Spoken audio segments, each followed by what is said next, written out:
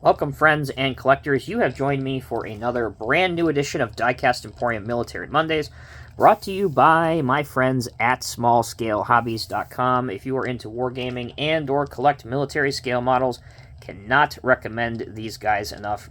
Check out the website in the link provided in this video's description. All right, on this week's edition, we are going to be taking a look at the M1075, the PLS, which is the Palletized Load System. It's a 10x10 logistical truck that entered service with the U.S. Army in 1993. It is based on the HEMTT family of tactical trucks. HEMTT, of course, Heavy Expanded Mobility Tactical Truck. It is manufactured by Oshkosh Defense. The newer ones are powered by a Caterpillar C15 600 horsepower water-cooled engine. They are rated for a 16.5-ton payload capacity. But what exactly does this truck do? Well, the PLSs are tasked with logistical operations and distribution of supplies, vehicles, cargo, equipment, and other products, and they can even carry some damaged vehicles off the battle site. Sometimes even in war zones, these vehicles can support frontline units, such as carrying ammo or supplies. According to the Oshkosh PLS A1 sales brochure, 3 axles on the Palletized Load System vehicle are actual steering axles. So what do I mean by that?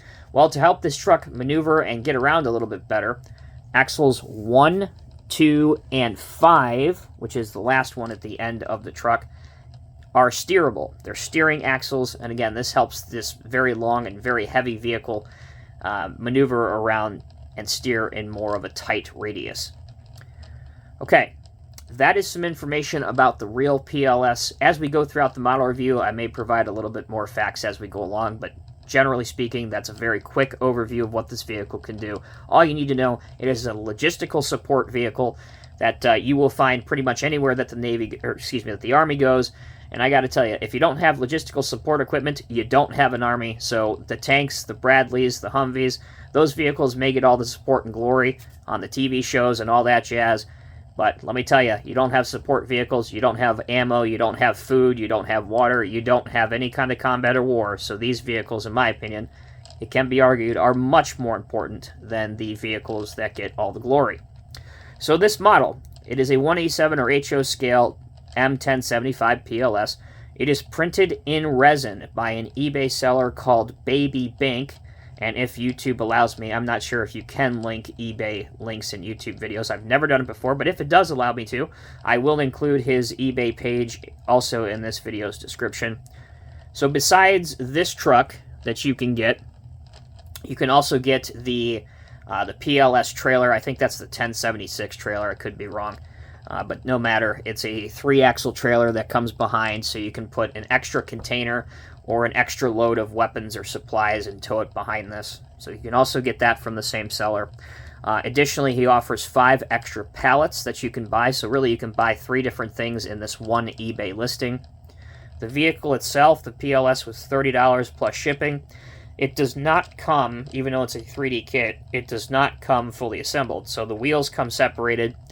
The cab comes off the vehicle, and the actual PLS system, so the back portion of the truck here, that also is a separate piece, which I really like a lot, and I wish more 3D printed sellers would do that, because it makes it much easier when you're painting and assembling these to detail them when everything is obviously a separate piece. I did paint mine, as I always do, in Tamia Light Sand, which is the obvious tan color that you see, and then for the tires, in some Tamia black rubber. I really like using the black rubber color because it gives the wheels, obviously, a rubber look to them and not, a gloss black shine that just doesn't look very realistic when you're talking about tires. So I really recommend that color if you are looking to paint wheels on anything. So this is really all that I bought. It doesn't come with a container. However, I do have a 20-foot container from Arsenal M that was purchased separately. So let's see what this truck looks like with a container on the back of it. And what I'm going to do is I'm going to temporarily take it off the spin table. So give me a moment. And we will put the container on. So again, the real PLS can carry a variety of different roll-on, roll-off style containers or style backs to it. So this obviously has more of a flat deck to it, so you can carry containers, weapons, but you can also carry in a different configuration. I've seen these with dump trucks on the back of them. I've seen these with different like mobile command centers on them, really whatever you need. Okay, so that's the front. And there you go. So really it adds a lot more to this if you do have something to display on the back of it, such as a 20-foot container, as I've just shown you here. And I believe it just really sets this model apart. One thing I would have liked to have done on this, and perhaps I can still do it, is I would like to, let's bring it facing towards you, I would like to figure out a way to add a windshield finish inside the cab. Perhaps I could still do that with something, either some sort of glue or maybe some clear paper or something. But otherwise, I really could not be more pleased with how this turned out. You can actually see the lights that I painted on the front, which came out really well into scale. They look good. Also, for some smaller details, you can see that my model actually came with just the 10 tires that you see. It was missing the spare tire, but thankfully I messaged the seller and he provided a spare, so that was good to see. And then on the back, you can see the mud flaps as well. Here is the deck. You can see that there's actually quite a lot of texturing and detail into this. So if you do it right, it stands out, and you can spend several days detailing that out, more than I have. And then also I painted on some small lights here, which are on both sides of the cab. So that concludes my review of the 187 or HO scale M1075 PLS or Palletized Load System. Again, one of the many, many, many different HEMTT or Heavy Expanded Mobility Tactical Trucks that the U.S. Army uses. I've already said it once, maybe twice, that you don't have an Army without these logistical support vehicles. So these are incredibly important vehicles. So if you collect military scale models, yes, obviously everybody starts out with a few tanks or maybe some Bradley infantry fighting vehicles, and obviously the Humvee here and there.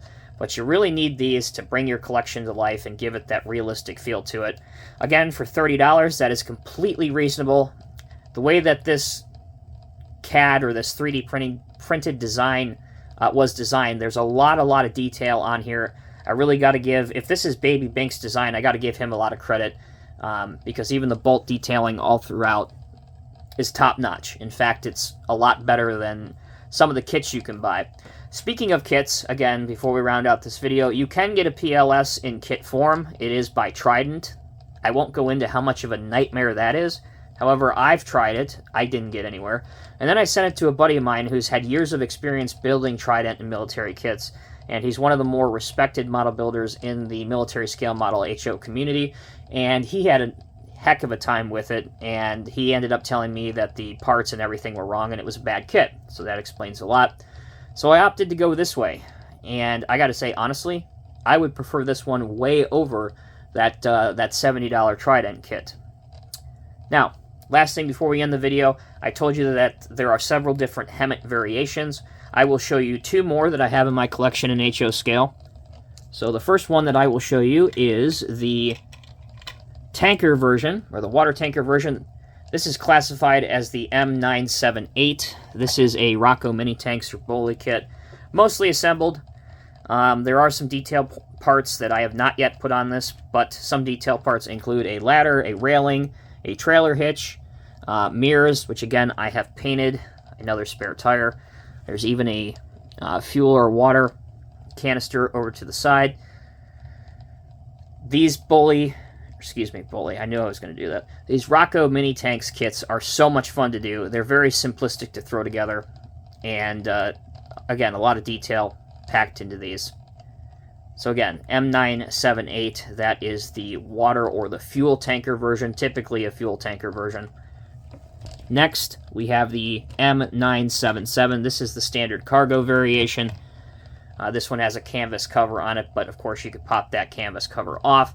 This one I have not done much to it. I just recently got this one into my collection, but this will sometimes have a small material handling crane at the back to help help offload some heavy ammunition or other heavy vehicle parts. It does come with mirrors and all the same detail and accent parts that you saw on the water tanker. Again, I just have not had a chance to detail this out, but did want to show you a couple other variations that are out there. So now we are done. That concludes this video. Thank you all so very much for watching. Let me know what you thought down in the comment section below. Until next time, take care, be well. I will see you in the next review.